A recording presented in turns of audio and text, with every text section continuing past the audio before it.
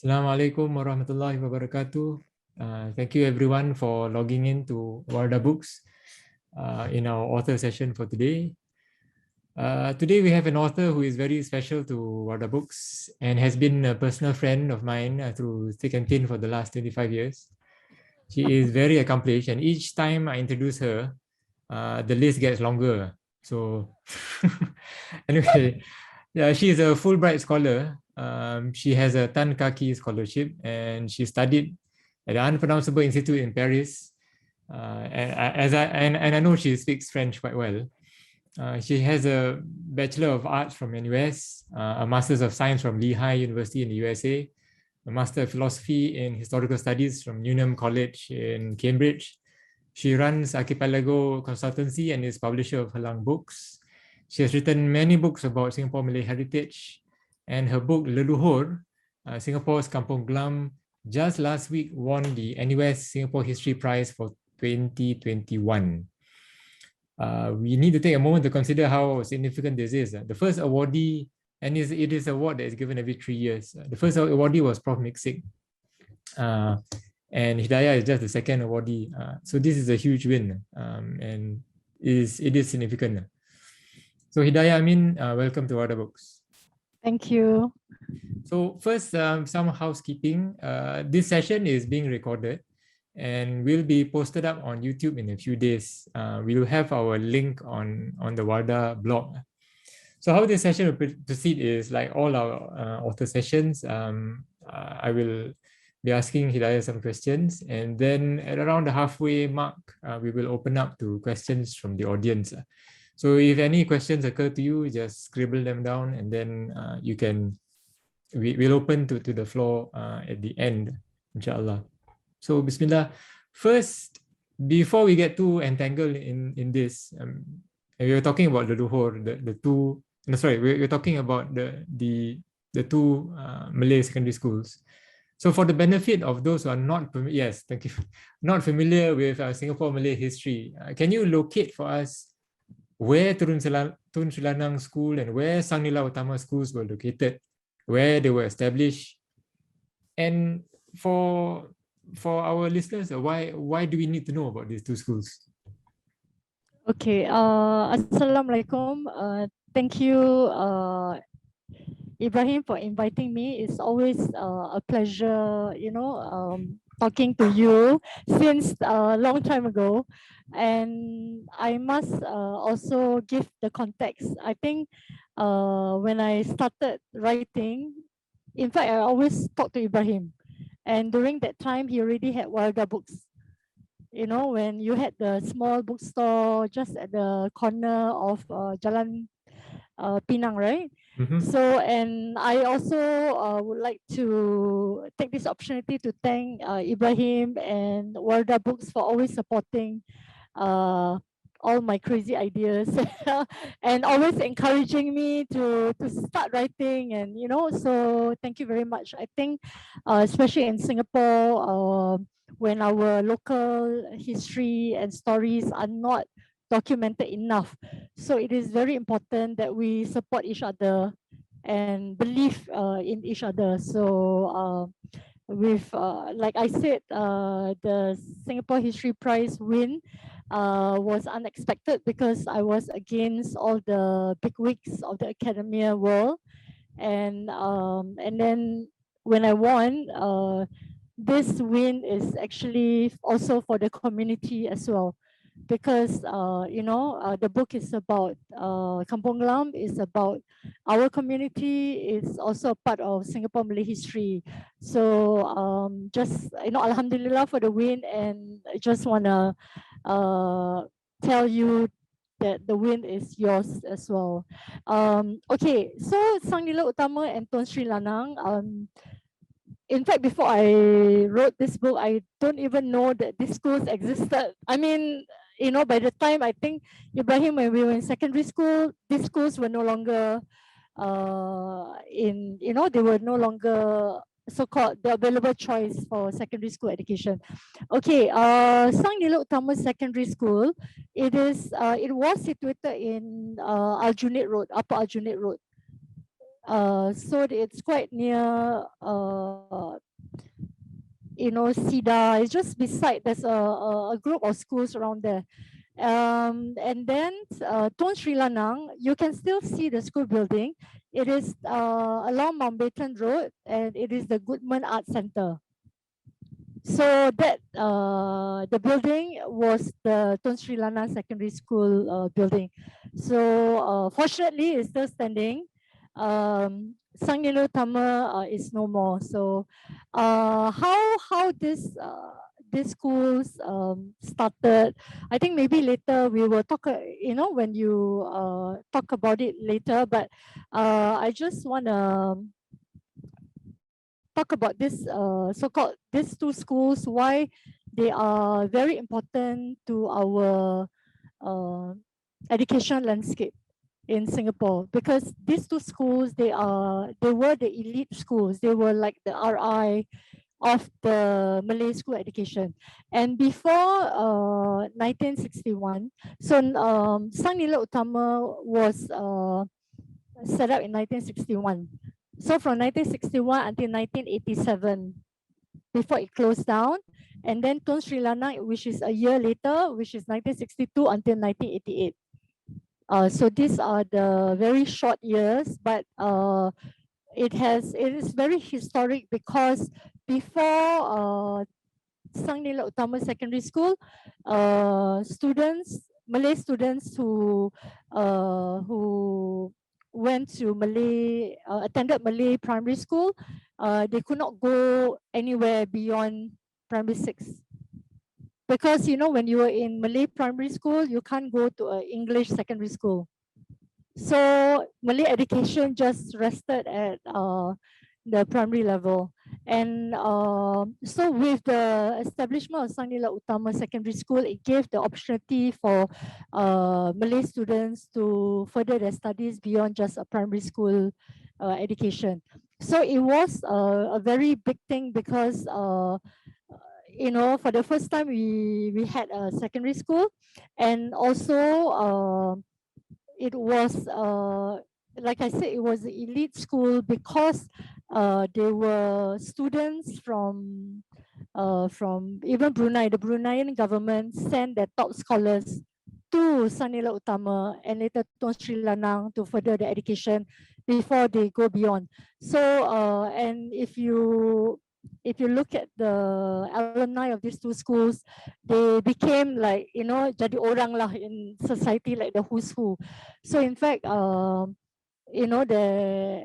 they all so-called the achievement also to these two schools, which molded the education lah. Yeah, so that's the brief background on why it is important, and why I mean, alhamdulillah, I felt that I was very happy to be able to write this book, because I think before this there wasn't any document or anything about these schools. In fact, when I was talking to Ibrahim, when Leluhur got shortlisted, and I told Ibrahim that I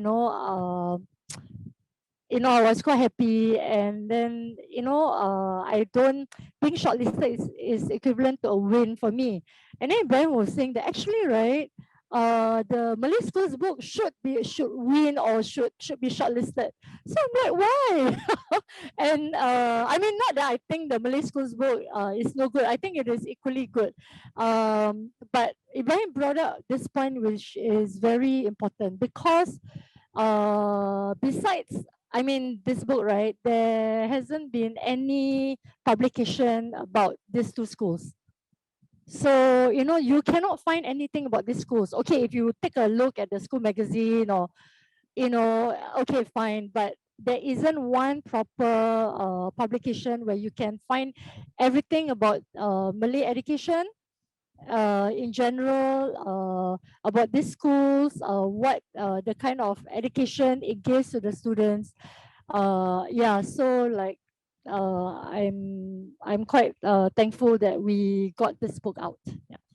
And when I mean, for the readers out there who who don't have the book, I mean, when she says everything about Malay education, she means it. There's a huge survey of Malay education since the 1850s and even before, during the colonial period, during the Merdeka period, during the, so it is a good overview of Malay education itself.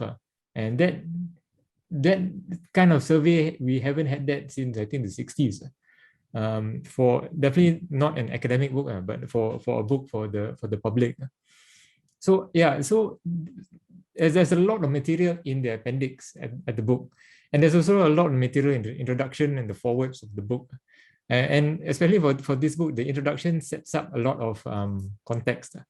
So I want to talk about the introduction. So there's a section early in the book that describes how this book project started. Can you tell us what happened when Pak Wan Hussein Zohri, who was the principal of Tun Seri Lanang and later member of parliament, for those who don't know, he continues to be active in the Malay community. He's well into his 80s, maybe touching 90, but he's still very active. What happened? So let us know what happened when he walked into the Ministry of Education's Heritage Gallery on that day, and what went through his mind and what spurred on. Okay, so on the fateful day, which is 5th September 2014, part one, as he's very affectionately called, he attended the Pioneer Tribute Tea Session because he was a teacher and he was a senior assistant, which is the vice principal and principal, right? So he was invited to a tea session at the Heritage Center, the MOE Heritage Center, which is on Commonwealth Drive. And then there were like exhibition panels showcasing the development of Singapore's educational system from early days until now. And then there were also like various language-based schools, like the vernacular schools highlighted. Then he saw that there's this picture of Telok Blangah Malay School. The first Malay primary school was shown. Well, I mean, it was built by the British and it was displayed. But he couldn't find any information on Sang Nila Utama. So like to him, you know, is a visitor walking into the exhibition. It's as though there is no Malay secondary education. There is not in existence. And the photo was from the 1850s or something.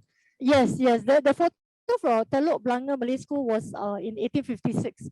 Was built. So from then, that's it, you know. And until like 2014, there is no information. So I think a few days later, he wrote to MOE to ask, why is there this omission of Malay secondary education? So then the Heritage Center informed him, oh yeah, we are refining the information and they will update the content from this period to this period. But I think his visit to the Heritage Center kind of like sparked this idea to start documenting on these two schools, because if not, there is nothing. And you see, the pioneer teachers like himself, they are already in their like late 70s, early 80s, you know what I mean? And a lot of some of the teachers have passed on. So there's also this urgency, and you know, he had this idea to come out with this book, and he went to talk to the school's alumni, and they quickly form like a committee. They quickly form a committee and to look into this book publication. And then I remember during this time, I think a few years later, like 2016, part one asked if, you know, I'm interested to work on this book. And I think during that time I was like so overwhelmed because I was trying to finish like the Kampung Glam book, and then I was like, oh my goodness, I told him that, you know, it's like a very tight for me, but because, you know, part one, he is such a kind man, and also I also believe in his ideas, like, you know, macam there isn't any documentation at all, and I felt that it's very important. And I always adopt this thinking, right? Kalau tidak kita, siapa lagi akan buat? I mean, if it's not us, who else will do? I mean, people can just talk. Oh, there's nothing, but will they do it? They won't. So I felt that it is also my responsibility to help him, to achieve this. So that's how it started, and like they always say, the rest is history. Yeah.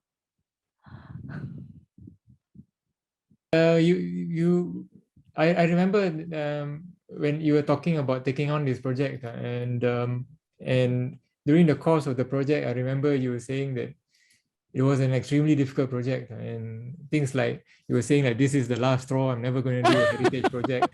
I mean, this was before you won the prize. So it was in the heat of the moment, but it seemed to underscore the fact that heritage work is difficult, especially when you're trying to work with a scarcity of materials, because in Singapore, everything is gone, the building is gone, and the people are dispersed.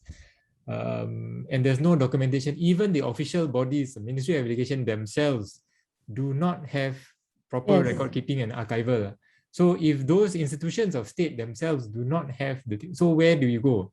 So is a lot of investigative work, is a lot of research work that you need to work on, and not a primary research. Because a lot of people who write books like yours in other countries is a secondary work, is based on other researchers' work. So you're standing on the shoulders of giants. But you have to dig the soil, you have to plant the seed, you have to grow it and harvest the fruit, all within a very short period. So what would, maybe you can shed some light into this? What are some of the challenges that you and your team overcome? And perhaps maybe to encourage people to themselves endeavor to write history, because we don't want to disencourage them by saying it's impossible. So what are the challenges and how would they overcome? Okay, somebody once made this remark, said that, Hidayah seems to be coming out with all this one book after another. She make it seem so seamless. It is not seamless. It's a lot of work. But I think by me being here and showing you the books that I've done, it kind of affirms that ordinary people like myself, or non-specialists in the field, you're able to also do it. Okay, it is very difficult. It's not like a walk in the park, it is difficult, but I think number one, before I do like embark on a project, I ask myself, okay, what is the objective of the things I want to do? Why am I doing this book? Even when, friends who ask me like for advice, right? Or the first thing I ask is that, why do you want to do this book? What is your intention? Like, I mean, as Muslim, right, what is the niyat here? Because I think the intention will actually mold your so-called, will chart your progress. And so if you have the wrong intention, somehow this whole thing will be plagued with all kind of problems. But I think if your intention and your objectives are very clear, no matter how difficult it is, no matter how much I complain to Ibrahim, right, in the end also, alhamdulillah, it materialized because you know why you're doing this. So for this book, I feel that it is two very important stories. If you do not document them, our children, our children's children, nobody will know about this, and nobody will know about the existence of this school and how they mold so-called the leaders of the leaders of the 1980s in this country, in Malaysia, Brunei, Singapore. And to me, it is just to document this very important piece of history. Okay, so like Ibrahim rightly pointed out, I do a lot of primary research from primary sources because there isn't much documentation. Okay, so number one, the challenges, the lack of information. So where do I begin, right? So what we did was, together with the alumni, we kind of shortlisted, okay, the people who we want to interview, because you have to understand, you know, since 1961 until late 1980s, there's a whole lot of people. Who do we interview? We want to have a broad so-called sample size, you know, not all from the 1960s. And then so that's one. I think in total we interviewed, not only in Singapore, I mean, already scheduling is a nightmare. So scheduling is like really major nightmare. And then so we interviewed from alumni in Singapore, Malaysia, and Brunei. So this is pre-COVID. So when we were able to travel, so we traveled to Malaysia, Brunei, and talk to the students. So in total, we interviewed about 88 people. I mean, I know Chinese believe 88 is such a lucky number, but during that time, I didn't think it was 88, and more than 74 hours of interview, which is like a whole lot. I was telling myself, this is like, I think, worse than PhD thesis. It's like so heavy, and not only that, so we, at least for me, I attended all the alumni gathering. During that time, they had a few gathering for me to come in, and because I'm not alumni, I have no relationship with these two schools. But I think for you to write to write the story in a very authentic way, you need to immerse yourself, and talk to them, be among them, and see the interaction between the alumni to kind of get a sense of the school spirit. So like I said, we did from scratch, and then photos and magazines. We actually asked the alumni to contribute, like their photos. And so when we had a gathering, right, so I would say, can you bring your photos? Then I will bring along the portable scanner, and scan there and then, because I cannot be like taking all these pictures and then it will be a nightmare to return back. And especially when we were in Brunei, so I do not want to bring back the photographs or artifacts. So that too. And then of course the cataloging, all of this is also a nightmare. So these are a lot of talking to the people, alumni. So we interviewed teachers, we interviewed principal. So most of the principals have they have passed on. So there are two principals left standing. Cikgu Muhammad Jaafar. He is the last principal of Nila Utama, and Part One, who was the VP of Nila Utama, and then he became the principal of Tun Seri Lanang. So he is like the best person to also give his views, because he was in these two schools. So again, we also interviewed, like I said, non-Malay students. We interviewed obviously foreign students. And the difficulty is that we couldn't get any information from MOE, Ministry of Education. So everything like is basically raw data. And then of course our secondary information will be the educational articles, or even the journals about Singapore education system. And then I try to fit in with how Malay schools kind of like fit in the education system, because what we have is basically the so-called the British system, and then the, like I said, the Malay education system wasn't mentioned much. Maybe here I just want to let you know the complication that I was confused. A lot of times I was so confused, because when we talk to this batch of students, they will say, oh, primary school is until this. Oh, I took the MCE. Oh, I took the what do you call that? I took the SPM. I'm like, but you all how come got a few system in within the same year? So it was a nightmare. Then I thought, okay, let's do a chart. So just roughly up to 1890, just up to 1890, primary school is only 4 years. Okay, just to give you an idea. So very few pupils continue on to the 5th year or the 6th year. Okay, that is up to 1890. And then before 1942, before World War II, it's still 4 years. So the 4 years of schooling, Malay pupils who did well, they could attend teachers training in Malaya. Only after 4 years of primary school. So they some of the teachers training like the Sultan Idris Training College at Tanjung Malim, and then there's the Malay Women's Training College at Durian Daun. I remember this Durian Daun because my mother, my late mother and my auntie, they were talking about this going to Durian Daun. But my grandmother do not want to be berpisah, separated from my mom.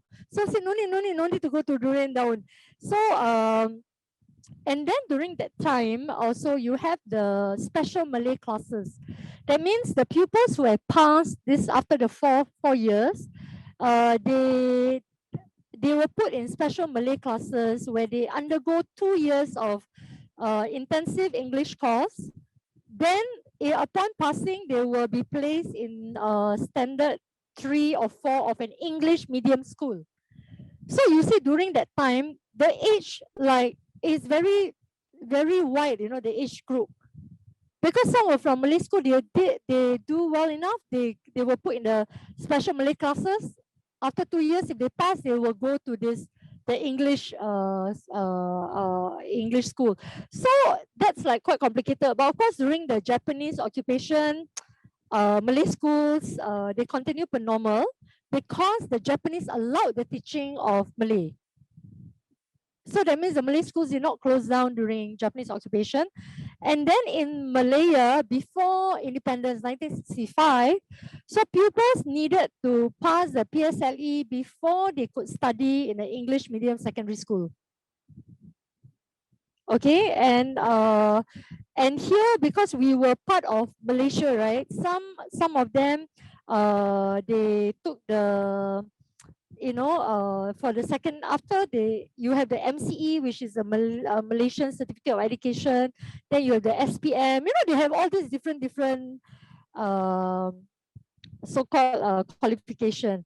And then, of course, in Singapore before independence, students could actually sit for the Federation of Malaya Certificate of Education, which is the FMCE examination. I know it's all very complicated, but if you get the book, it's like you see, yeah, it's all in a graph form. I mean, I was confused, with all these terms, so I said I better go and kind of like sort out this. So you see, even this simple data, right? I couldn't find it anywhere, so I had to piece out from all the interviews that I've done with the students. And like I said, it's very it's quite stressful. It was stressful. And then there was a lot of expectations from people. Okay, just to compare, when I did Kampung Glam, just to give you the amount, so what I'm talking about. When I did on Kampung Glam, it was a personal project because I was born in Kampung Glam. I wanted to do it, and I wanted to talk about Kampung Glam because there isn't not say a proper publication on Kampung Glam, and it is a historic quarter of Singapore, a very important neighborhood, and nothing has been done. So to me also it's personal because it's my kampong.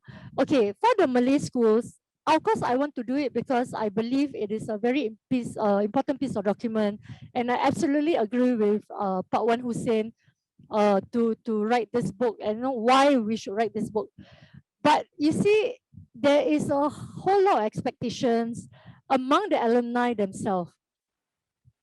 So when you have, like when I do Kampong Glam, it's only myself, and of course the people of Kampong Glam who I interview, who knew about this.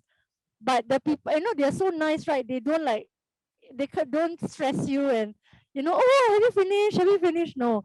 But so you have these expectations from the alumni, and it's I mean, of course, if I'm an alumni, I would also have high expectations for this book. of course, because it's a important book, and I want my schooling, my stories to be heard. So the expectation kind of like add on to the stress, and the fact that when certain things that I wrote in the book, and then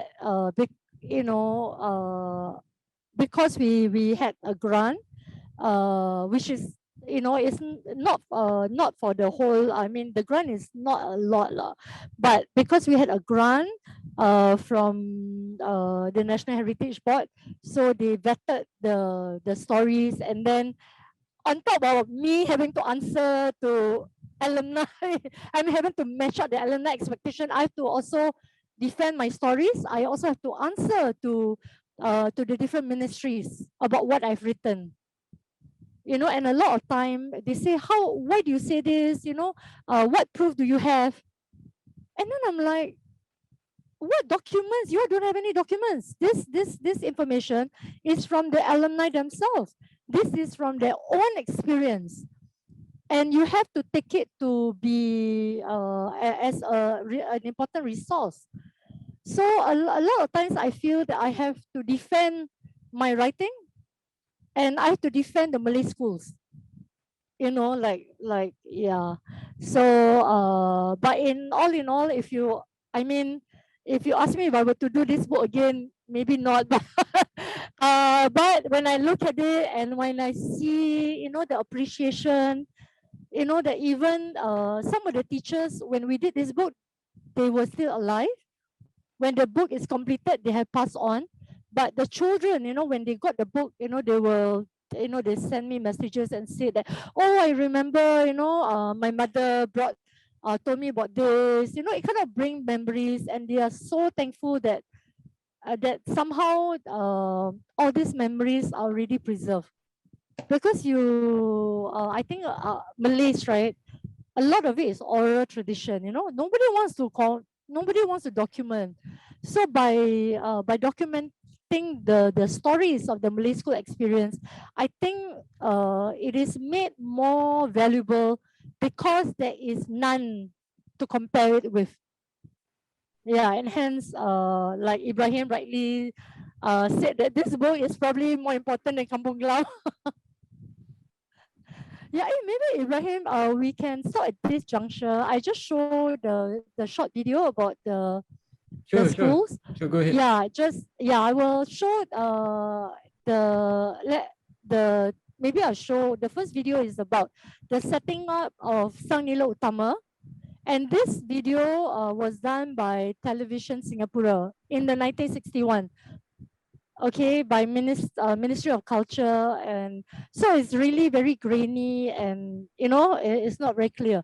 Again, this brings me to an important point: why books are so important.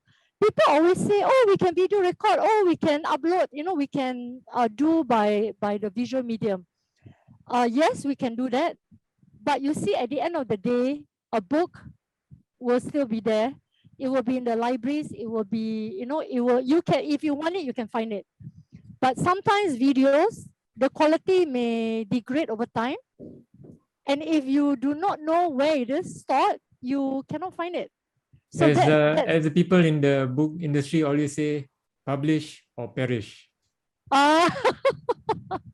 Okay, so that's the first video, and then the second one that I will show is just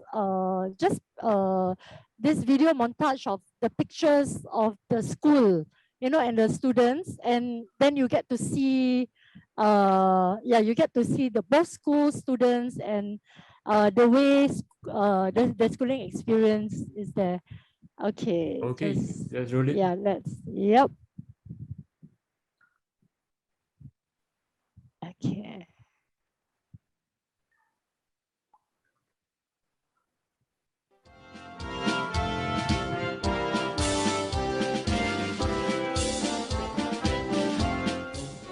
This very modern, attractive-looking secondary school was opened in 1961. 1,400 students attend this school, and when these pictures were taken, all but 2 of them were Malay. Every day begins with them saluting the flag of the Republic, and with a declaration of loyalty to their country, Singapore. The language of instruction used throughout all the school is Malay. Classes in the second language, English, were added this year. Also, there are 2 classes teaching the Chinese language to Malays. Because the students are Malays of the Republic of Singapore, they're entitled to free education throughout their schooling. Sang Nila Utama Sekolah Menengah is most progressive in its outlook and thus in its teachings. The school is co-educational and boys and girls are taught together in the same class. This is the only Malay secondary school with pre-university classes. 18 students went on to the University of Singapore, 9 to Nanyang University and 6 to the University of Malaysia. In keeping with the new thinking about modern education, provision is made for science teaching to every class in the school. The chemistry laboratory has plenty of students and many of them are girls who are keen to make progress with their science lessons. There are 62 teachers in this well-equipped and well-staffed school. Now, students at Sang Nila Utama are prepared and ready to enter the scramble for jobs when school days are over. The boys get a thorough training in woodwork, metalwork and technical drawings.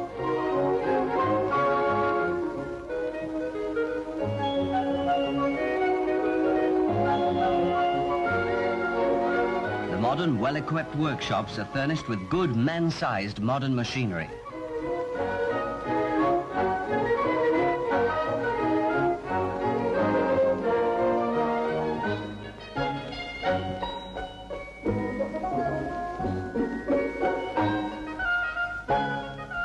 The girls go through a wide variety of domestic science classes. Their courses include cookery, sewing and domestic work.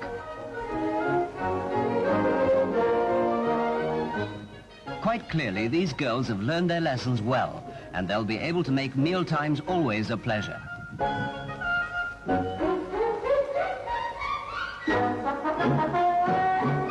Education has to do with training in living with others, cooperation, responsibility in group life, respecting the other man, developing civic pride and consciousness.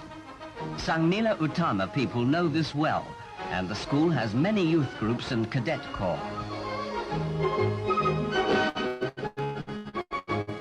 It would not be easy to find a smarter and more efficient group than these women police cadets. They're a credit to themselves, to their school, and to their country, Singapore.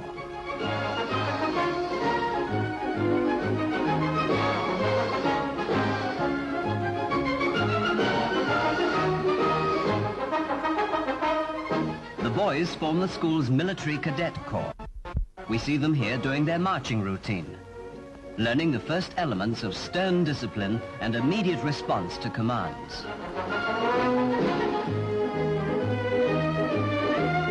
The Boy Scouts are going to make sure they can cope with any emergency. They're completely absorbed with their make-believe casualties.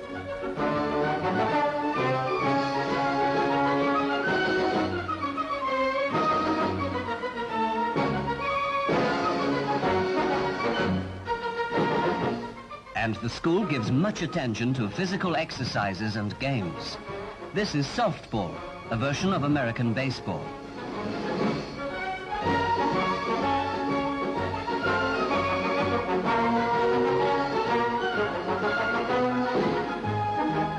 The boys toughen up with rugby football, probably the best of all games for toughening up.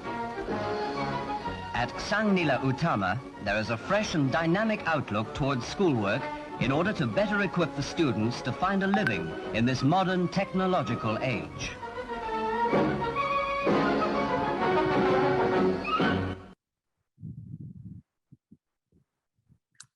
Okay, so that's a little bit about the brief history of Sang Nila Utama. I'll just also show you another. Just to say, I mean, television has changed so much in this time. And it's a peek into school life at that time. It's really amazing. Yeah, you can actually during that during that time, you can actually the students, right? Like they play in the girls, of course, uh they will play baseball in their shorts. They actually they go to the Chinese swimming club. Is it near the Fort Road, Yes, right? yes, To have their Mountbatten. swimming lessons. Yeah. Mountbatten. So they were like, you know, maybe during that time, The norms maybe are we are different. not. Yeah. Yeah, yeah. Okay, I'll just share this other. Eh, sorry. I is this the one?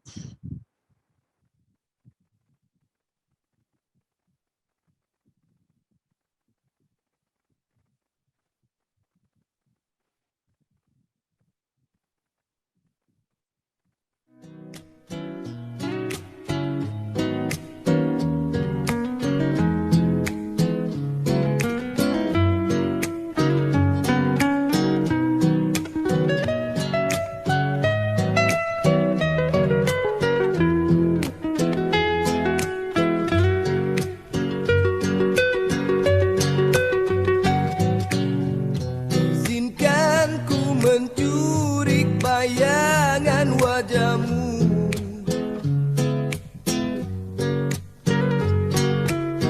Izinkan ku mencuri hayalan denganmu.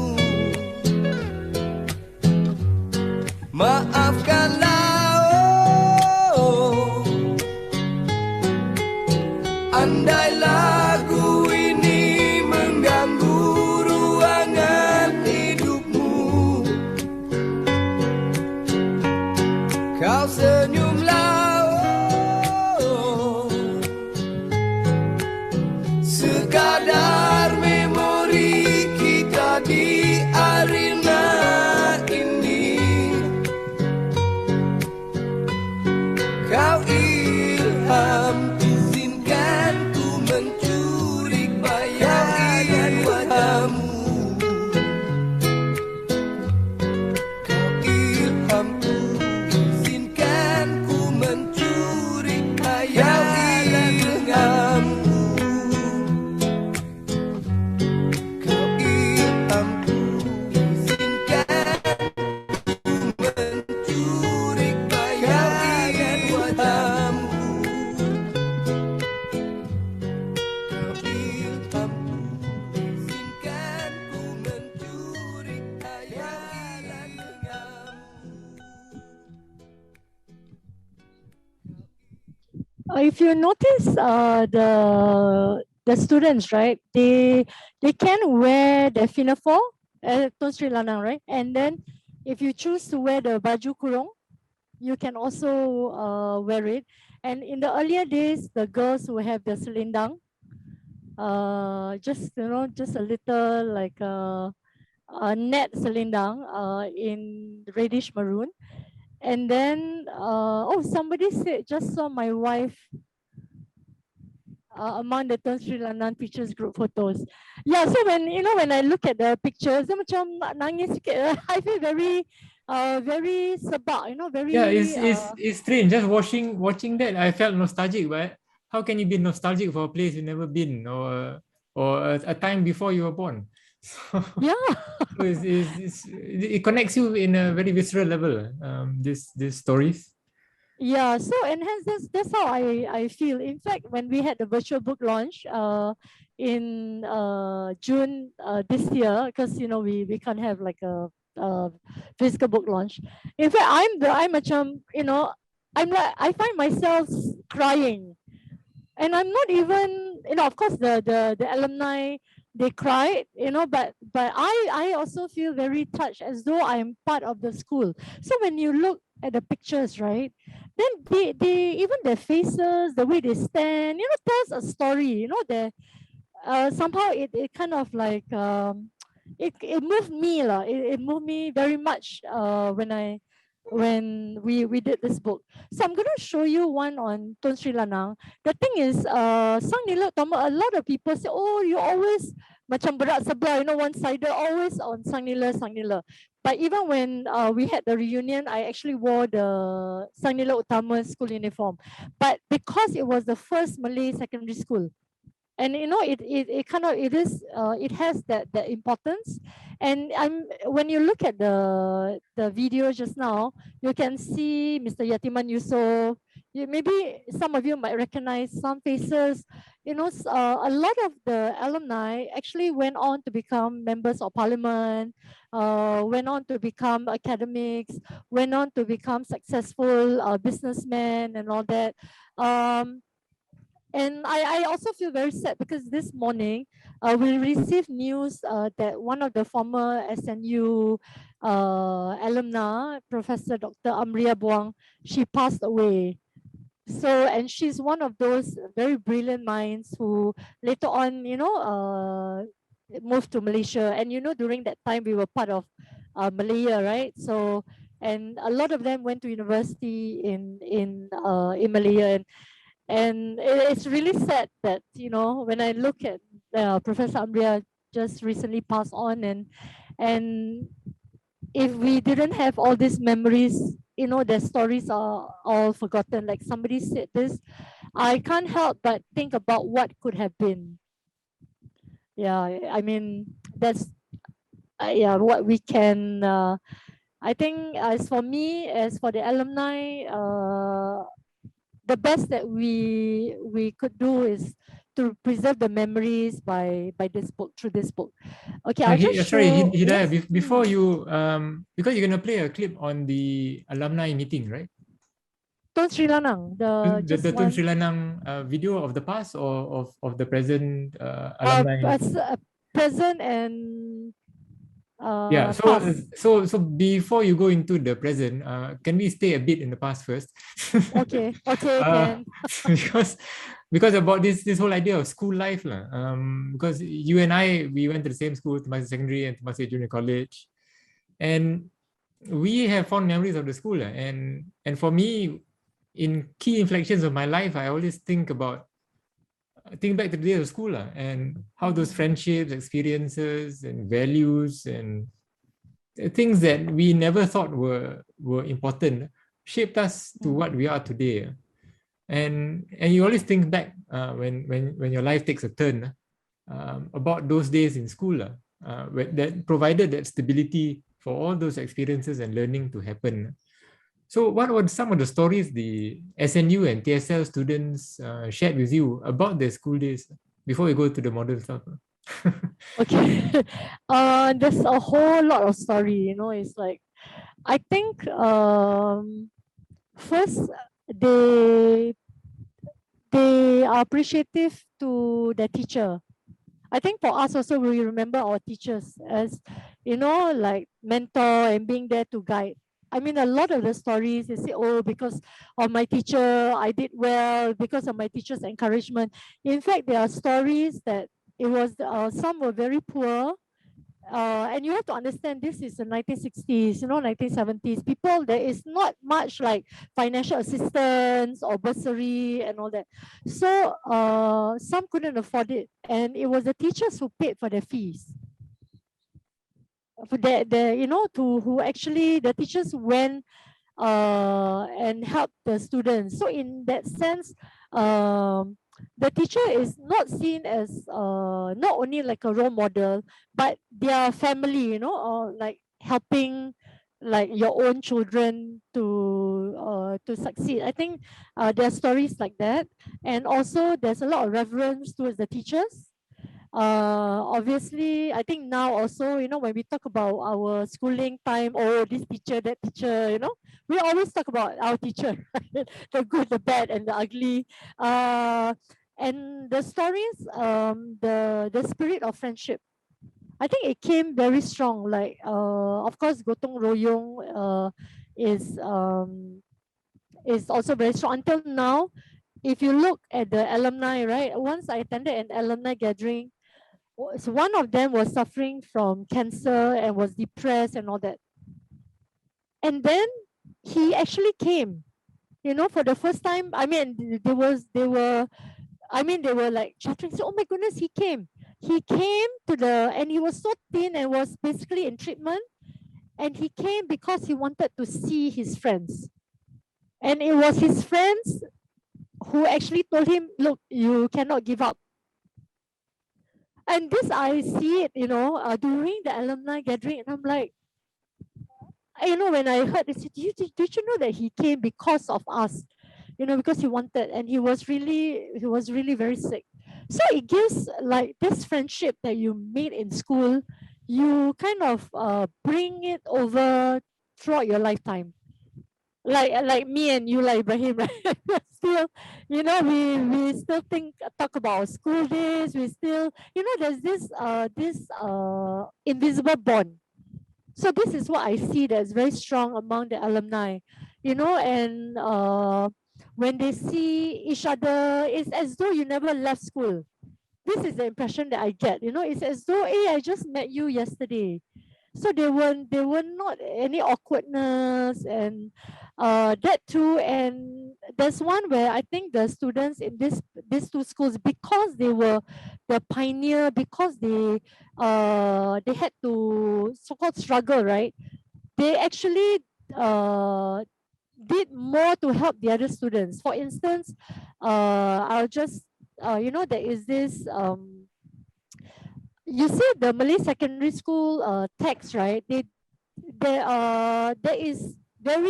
a lack of textbooks for these students.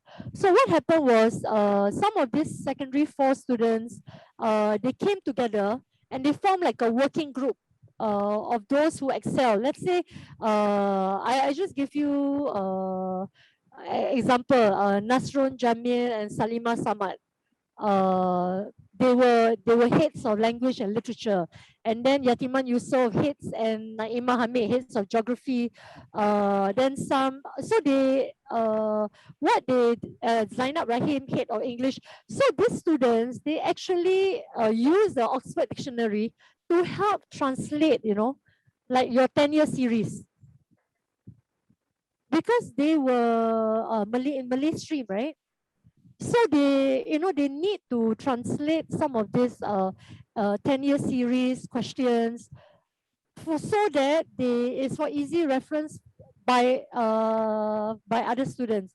So apparently, what they do is that some of the group of female students, they help type the notes that these subject heads have prepared, and then they will print the notes on Sunday using the Gestiner machine in the principal's room. And then they collected 50 cents from each student who needed the notes.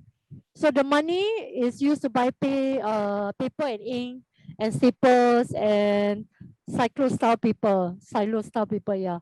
So basically, it's like, they know that they don't have textbooks, and some of these textbooks are in English. So they need to so-called summarize to make it easy for the other students. So on their own, they form like a working committee, which I thought that was very such a good initiative, and very thoughtful of the other students. Like, you don't want to, like the Malay say, makan sorang, don't want to eat alone. So okay, let's do this for the benefit of the others. So these are the earlier years. Then obviously, the stories, if you read, like how they would, because especially Nila Utama, right? It is near Bidadari, the old cemetery. So some of these students, they actually, the Bidadari, they have like a little surau, and then some of these students will actually stay behind the surau after, to revise their work.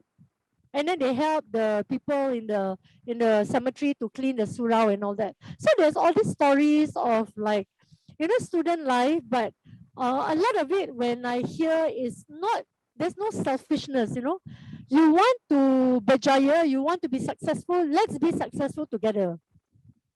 This was the impression that I got. Like, now people, millennial workism and all that. I want to go ahead, but I don't care about the rest.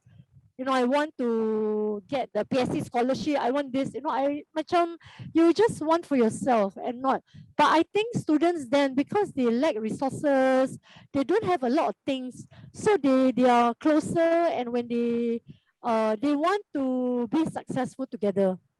I think this is the one of the remarkable characteristic of Malay school students.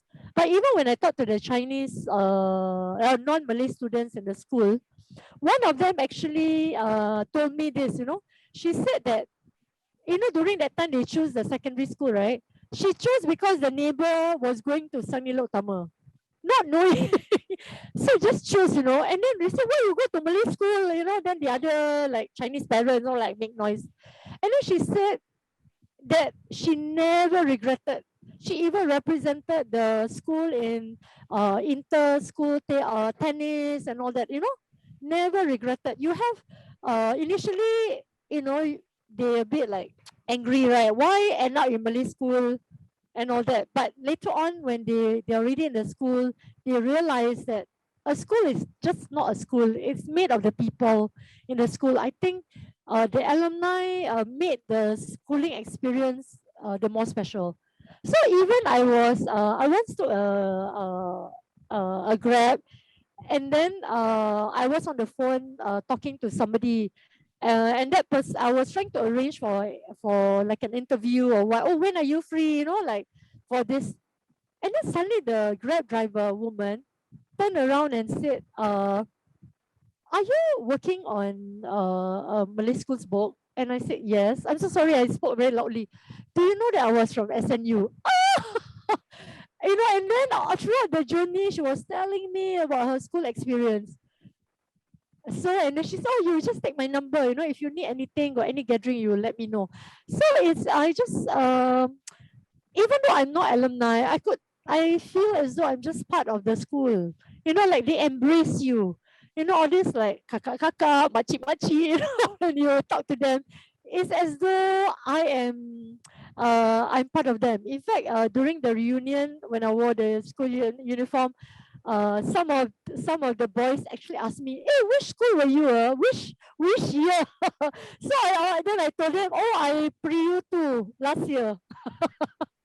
But how come we never see you? Like, oh, I'm the quiet, the very low profile.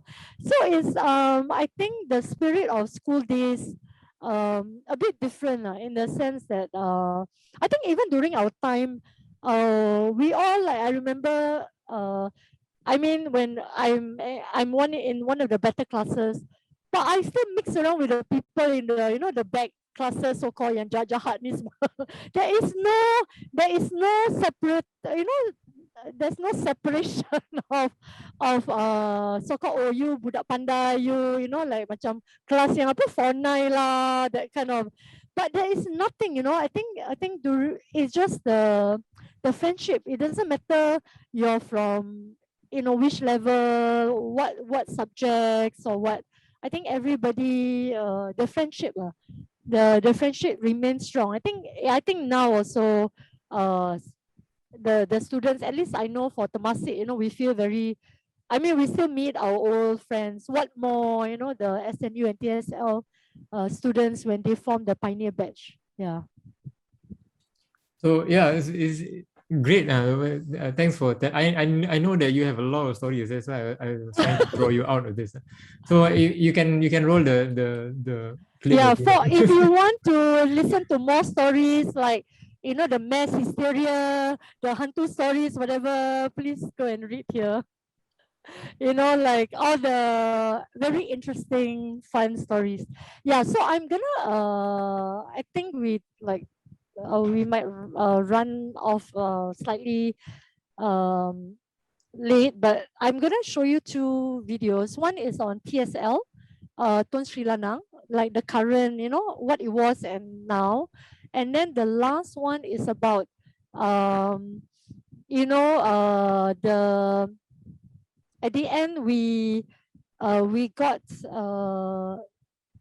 the Sang Nila Utama name preserved. So maybe I'll show these two videos.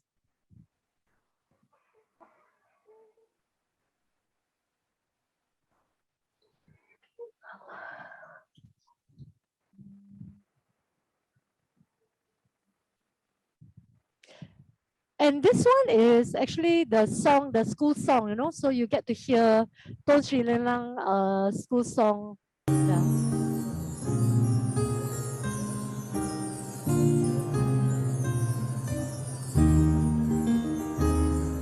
Sekolah menengah Tun Seri Lanang, lambang kemajuan pelajaran kita, mengambil sempena pahlawan terbilang.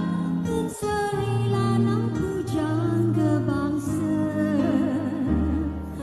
Tun Seri Lanang, Tun Seri Lanang, Tun Seri Lanang, sekolah kita. Majulah, majulah, Tun Seri Lanang menjadi lambang sekolah kita. Sekolah menengah Tun Seri Lanang, gedung pendidikan putera-puteri. Marilah belajar bersemangat riang, semoga tercapai segala cita. Tun Seri Lanang, Tun Seri Lanang, Tun Seri Lanang, sekolah kita. Majulah, majulah, Tun Seri Lanang menjadi lambang sekolah kita. Tun Seri Lanang pujangga terbilang, lambang kemegahan nusa dan bangsa. Penuhkan dada cita-cita menjulang, agar menjadi rakyat berguna. Tun Seri Lanang, Tun Seri Lanang, Tun Seri Lanang, sekolah kita.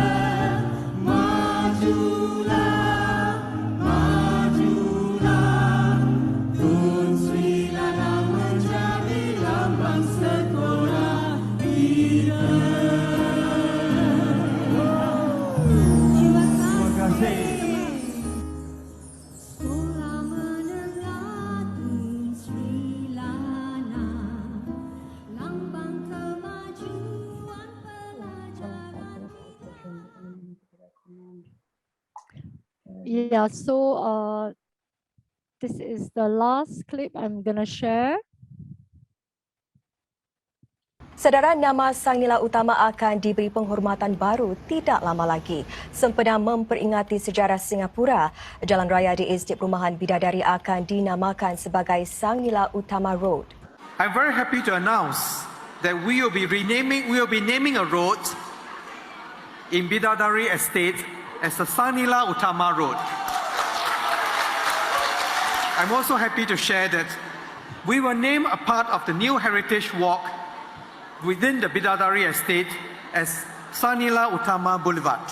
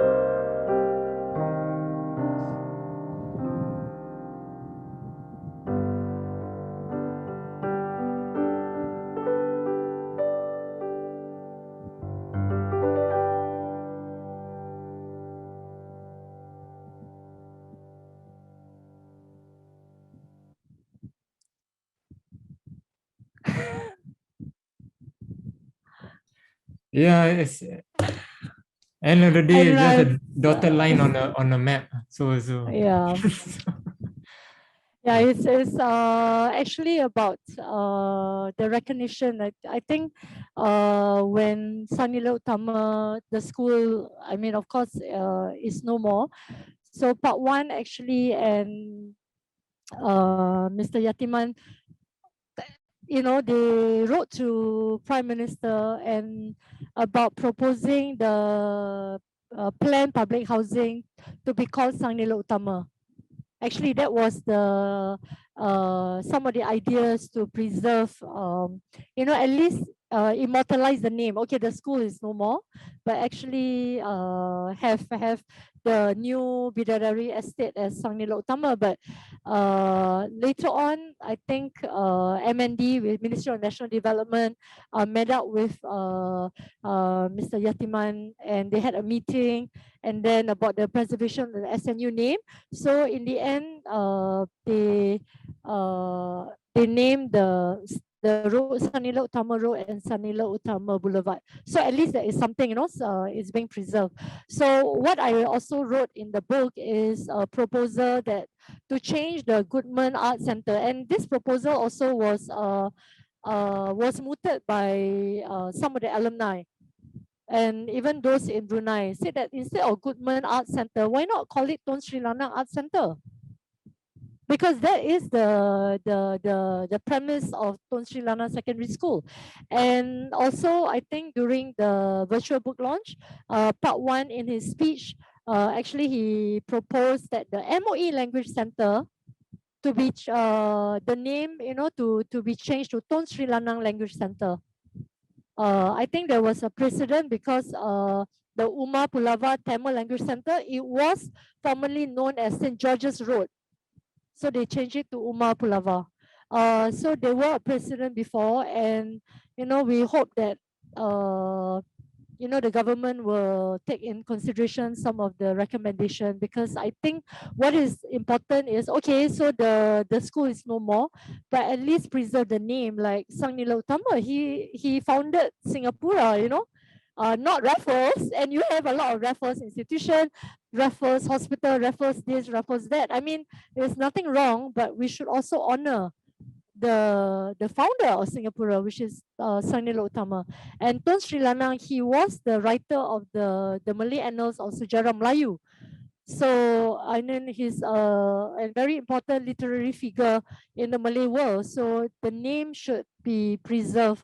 I mean, we hope that these names will be preserved, like especially Tun Seri Lanang, because Nila Utama we now have the road and the boulevard, and hopefully Tun Seri Lanang name will be preserved. Yeah, Yeah. this is the coming back to your point about the importance of books. Books are not just like coffee table books on your coffee table or on your shelf. They are actually catalysts for activism. I mean, it started from an idea that is an activism, and it continues on. So it will spur other people to also, in their own spheres, record history or right a wrong, or bring up a memory that is forgotten. So that is the function of book. It needs to be seen as a continuum of all these human endeavors. But I'm very aware that we're running on time, and I'm sure there are questions from the audience. So I need to open it up to the audience. You can either unmute and ask a question, or you can put it in the chat. So away you Hi. go. Hi. Hi, Can you identify yourself? Hi, my name is Nurul. I'm a preschool teacher. I'm just here because I saw that we're going to talk to the author, so it really interested me. I have a question for Hidayah Amin. Hi. So my Hi. question is, what was your favorite thing or experience when you were writing this book? Thank you. Favorite. I think there's all of them. I think. Okay. The favorite part would be to actually write their stories in the book. Stories that you you can't read anywhere else. I mean, like maybe the mass hysteria story, you heard of it? I mean, there were some, I know, newspaper articles, but the real story from the people who witnessed it, and I thought that was very interesting. La Melayu and hantu, right? I mean, and all this supernatural. So, but I think the most interesting is to write the experience, to retell the experience in this book. I mean, not so much of the initial part, the history of the Malay school, that one is all dry and boring, but which is necessary. But I think I kind of enjoyed writing about the stories that were told to me, the personal stories of your first love in the school. I mean, there are, you married your schoolmate, and until now, I think stuff like that. And in fact, it's quite cute. One of them, I think this Chinese boy said, yeah, my first girlfriend, this Malay girl. And so, and you can see all these grown men, right, during the interview will tell me will share all these personal stories, which I thought is quite interesting. Yeah, so that's my favorite part. We have a question from Syed Omar Alatas. Go ahead. Assalamualaikum. Can you hear me? Yes, Yep, walaikum salam. Thank you, Hidayah. Thank you very much for chronicling this. I have a question more for personal and academic reason. From a personal reason, I was born the same year Tun Seri Lanang, the school, was. So I'm an alumni as well of Tun Seri Lanang. So I went through, I've got lots of experiences to share, but more from a professional point of view, I would like to ask, how do you decide entry points? How do you decide selection of anecdotes? How do you tie up the various stories so that it becomes a narrative that communicates a value? And how do you then ensure that the selection process is not unwittingly sporadic, that it forms a very cogent and compelling story? So my question is that, in the selection process, when you select something, it's always at the expense of something else. So the question is, when you do select something, how do you ensure that most elusive character is not lost? And that is representation. That something that you communicate is truly representative of the spirit, of the experiences, of the themes, of the life, the history of the people who went through the schools and have many experiences to share. How do you do that? I mean, how do you go about? So sorry, go on.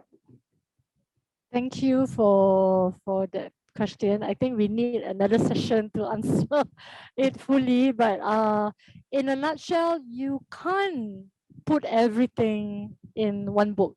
Sure. In fact, I think there are some people who say, oh, there's a lot of stories by some of the alumni. Then you write the story, But because I think for this book, there are two schools.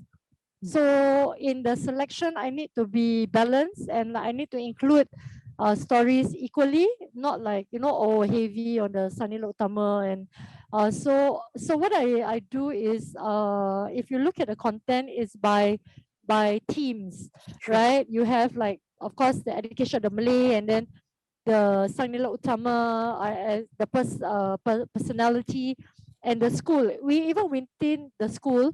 So I talk about school life, about the teachers, about the ECA, and certain interesting thing like Nila Utama, you have the technical education. Sure. That's the start of the technical education for schools, and then you have the challenges that they face, and in general the early days, of the school, and maybe the experience. So of course there is a whole lot, because these interviews that we we transcribe the interview so that it's easier, that I don't miss out anything. But some of the stories are quite, not say repetitive, like you know, how do I what example can I use?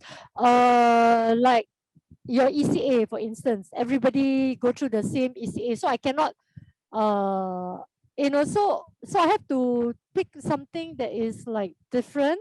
Like I think for Tun Seri Lanang, there's a lot of students who are from the islanders, Yes. because they were from the islands, and then some of these islanders, they actually won swimming meets against the against the likes of Ampeng Siong during that time. So certain things are unique, that is unique to the schooling experience, because everybody's schooling experience is almost the same. But so I will write what I think is it is unique. Like for instance, for Tun Sri Lanang, you have the class agama also. Yes. Ustad, the late Ustad Syed Abdullah. Abdullah Al-Jufri, yeah, he would have this class agama, and people actually look forward to this class agama. And you have, like I say, the boys from the island, they always win at swim meets, and when they won, I think they had like 1 day off. Like, see, okay, most of these Pulau students became champion at the inter-school swimming meet. They consistently perform better than swimmers from the national team. Whenever TSL won the meet, they would get 1 day off. And that made everyone in the whole school very happy. Things like this that are different from the experience of the SNU. Yes. Yeah, so that is how I pick. I mean, obviously, we cannot write everybody's story inside. Like, we cannot put everybody's photo, because this is not a school magazine. So I had to be, it's very difficult for me until now also to say, oh, Hidayah, you should have written this, you should have written it. So in the end, I said, look, why don't you all are journalists, you all are professional, write your story, just write, compile, because I cannot write everything. I have to be very selective. Like I say, I will write the unique stories that I think is very special to each school. Yeah. Okay, thank you. There is one question in the chat from Datuk Dr. Adi. First is, why was the school dismantled? Second is, any possibility of building a similar school now in Singapore? Well, I'm not policymaker, so I will leave that to the policymaker. But okay, why was it not say dismantled? Is you can read more about it in the book. Under the Malay schools or demise and destiny, that's the chapter. So basically, one of the reason is a changing landscape of Singapore, and then the enrollment, because as time progresses, the enrollment, the demand for Malay schools decline. And of course, others can argue. I mean, you can read about this in the book. But enrollment is one. I think the Malay parents, I think I had some statistic in the book where, okay, this is the enrollment. Okay, enrollment in all schools and Malay medium secondary school in 1959, or okay, 1962. The total enrollment of all schools is about 72,000 over. Percentage of Malay enrollment is 5.3. I mean, there's lots of stats, but you can see there was a decline. Like, for instance, primary one, right? Enrollment in Malay school is primary one.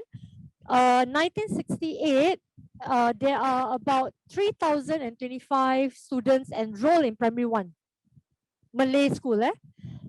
By 1980, there's only 32 students. So how do you justify for the existence of the school? But what I feel could have been done is to retain the name of these schools. That is how I feel. You retain the name. It can be like, your Chung Ching High, but it's an English school. Dunman High. Just retain the name. even if the enrollment is slow, then change it into an English school. Already then it's really integrated. And the school like Chongqing High, for example, although it's English school, but the culture is still very Chinese. Yes. Which is a beautiful thing. Yes. So what we missed out was moving Tun Seri Lanang or Nila Utama into the English language, but retaining the Malay culture, the Malay uniform, the Yes. songkok and all that could have been retained. So that was an Yeah, opportunity.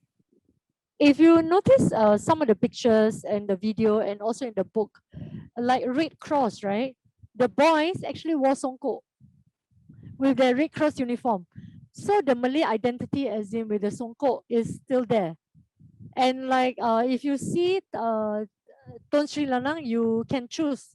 Towards the later part, you can choose if you want to wear the baju kurung or you want to wear the pinafore. So I had a picture of, so this is also, I think one of the sociologists from NTU, he pointed out that this is very inclusive. You know, I give you a choice. You want to wear baju kurung, cover up, or you want to wear the pinafore, it's up to you, and the skirt. You know, so yeah, I feel they should not have, I mean, the name should be retained, like your Dunman High, your Chongqing High, and with that to preserve a little bit of their Malayness in the school culture.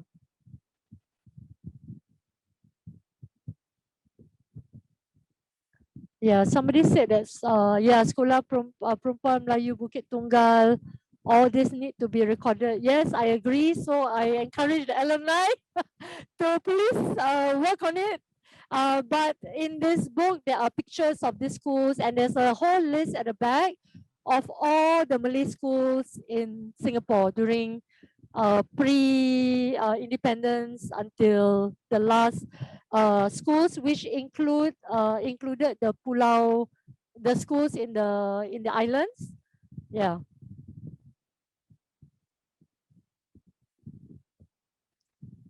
Yep. Any other questions or comments? The last one before we wrap up.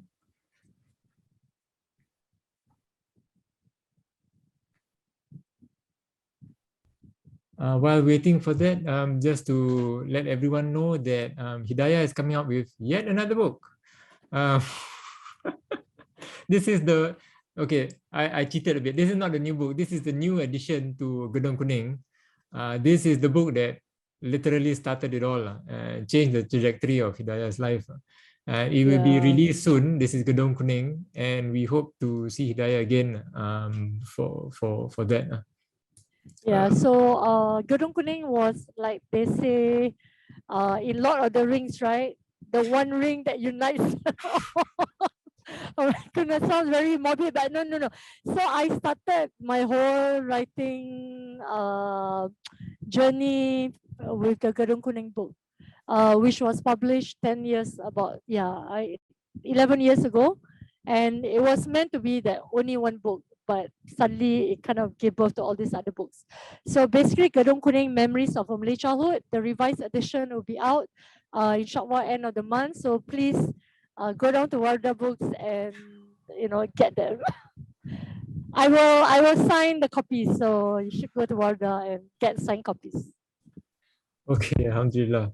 So we should write about how to write about. Okay, so thank you so much, Hidayah. Is always a pleasure, and I know that a lot of people benefited from this. As I said, those who who are interested in this, please tell them about it. The link will be on our blog. And yeah, thank you for spending your time with us, and thank you, Hidayah. Alhamdulillah. Thank you very much. Assalamu alaikum, everyone.